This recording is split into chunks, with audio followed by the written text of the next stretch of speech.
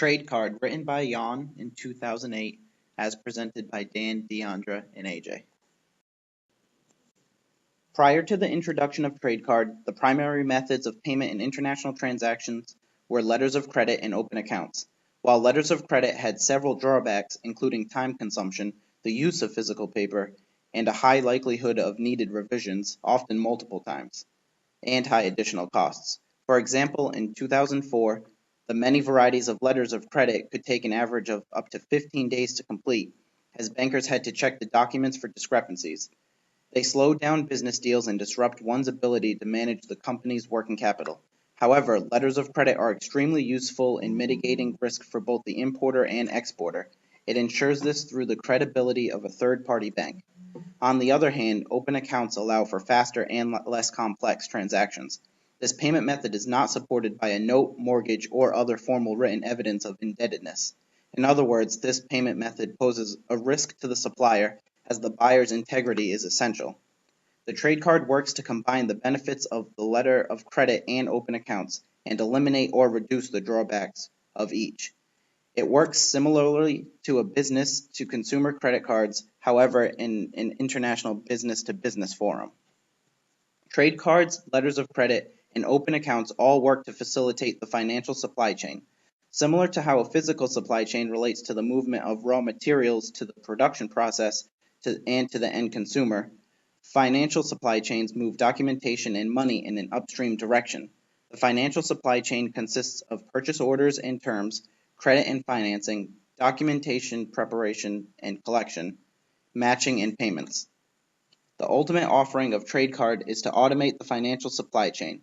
Automating the financial supply chain means having the same control and visibility over financial processes in a transaction as one does over the physical movement of goods from procurement to payment. TradeCard provides a range of services supporting both cross-border and domestic trade transactions, as well as indirect procurement. In addition, TradeCard provides the benefit of a patented data compliance engine, assurance of payment, money movement and access to logistics, inspection, insurance, and financing services. The first step in the TradeCard process is that the buyer logs into the TradeCard global e-commerce site by entering a user ID, password, and e-identity code.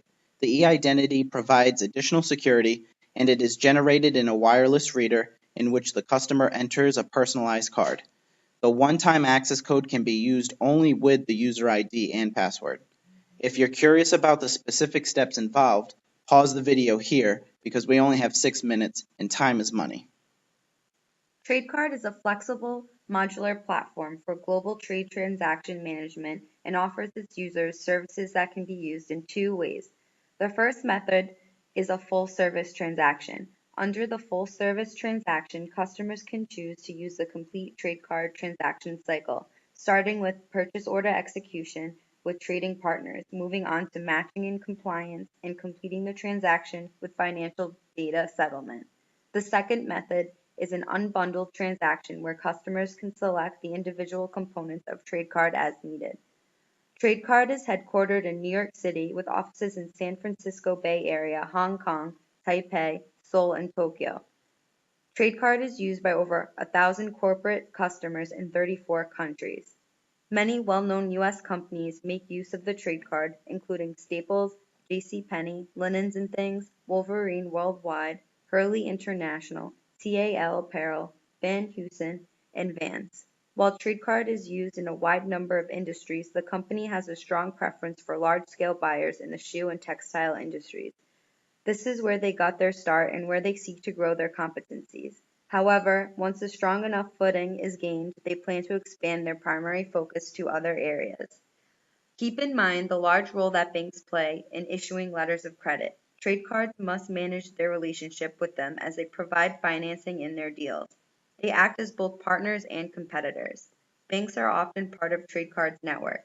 Simultaneously, however, banks must compete against TradeCard since they offer letters of credit and open account services. Since TradeCards are a more efficient way to conduct business, fewer and fewer customers are turning to their bank for international transaction services. In 2001, CEO Cavanaugh noted that TradeCard is substantially cheaper yet still guarantees payment, Another advantage that TradeCard offers is supply chain visibility. Considering that all users are tied into the same platform, it is easy for one partner to access the stage at which another is currently at. This is not something banks can offer. In addition to the two prior advantages, TradeCard offers a number of key features that make the service appealing. They are technology. TradeCard has successfully adapted its cutting-edge e-commerce solutions to users. Pricing strategy. TradeCard embraces the pricing strategy that it is in favor of both buyers and sellers, but unfavorable to banks. This approach marginalizes banks and businesses of international trade. First mover, TradeCard was one of the first movers in providing solutions to exporters and importers. Other competitors such as TradeBeam and Bolero have lost the first mover advantages. Low cost. As TradeCard adapts internet rather than expensive private networks, the business model attracts more and more buyers and sellers to join the partnership. Strategic partnerships. TradeCard also succeeds in looking for and maintaining a good relationship with its cross-border strategic partners, except banks. Essentially, TradeCard provides a more efficient and cost-effective method for importers and exporters to engage in international transactions when compared to previous methods.